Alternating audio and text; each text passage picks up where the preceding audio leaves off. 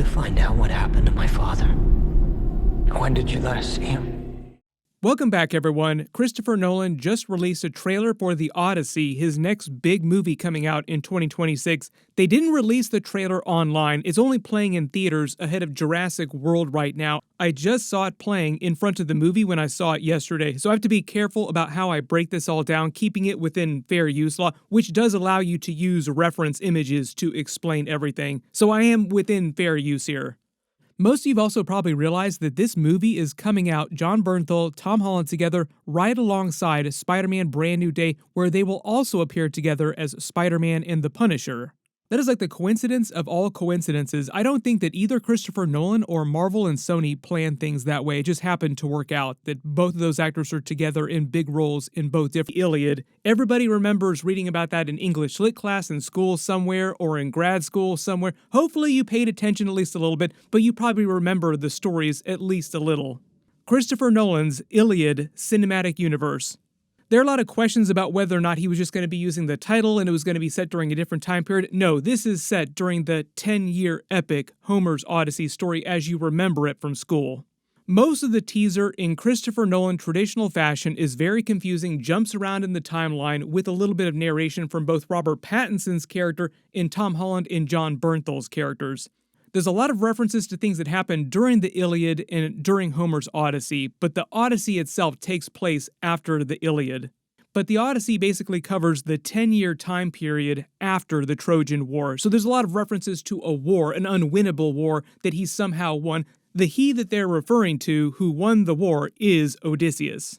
So throughout the video, I'm going to use this interactive map here just to show you his path over those 10 years, and it gives you a good idea of how Poseidon basically thwarts Zeus and Athena, preventing Odysseus from coming home, and how close he came to actually making it home several times.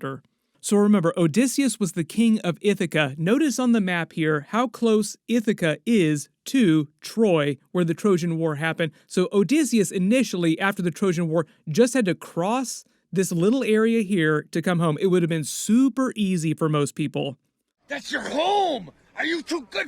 So when Jon Bernthal's character says, is he rich? Is he poor? Maybe he's been imprisoned. All these are things that happened to Odysseus during this 10-year time period in the course of the Odyssey. The overarching story is basically his life during that period while he's lost and all the adventures he has over this 10-year period.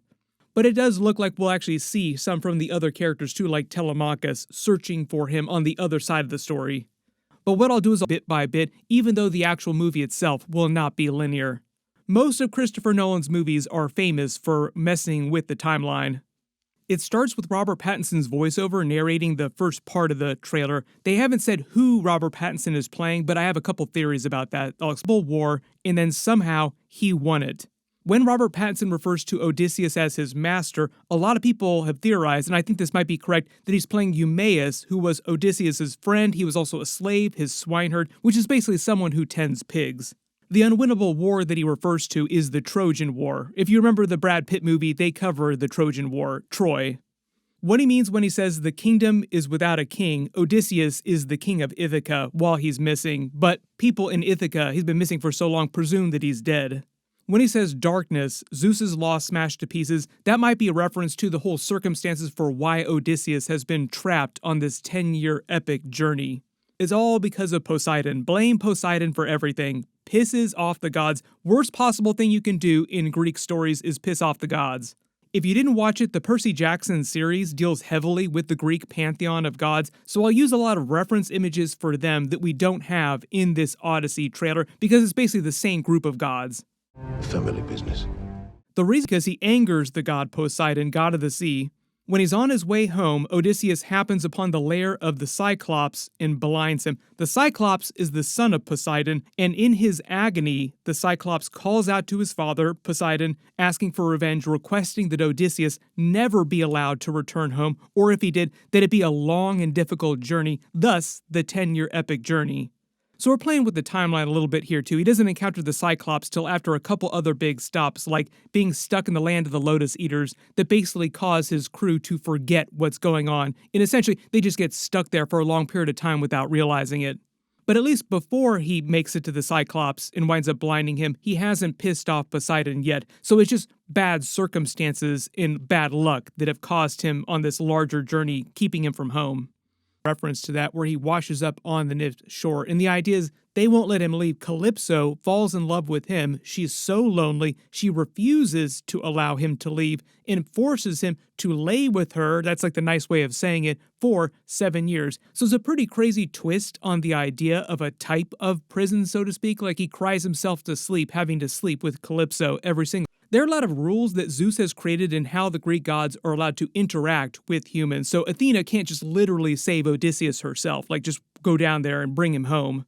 We get Jon Bernthal's voiceover saying, "I know nothing of Odysseus, not since Troy, the Trojan War basically has ended, a while has gone by." And then Tom's original Odyssey story where Nestor basically tells him about Odysseus being trapped by the nymphs.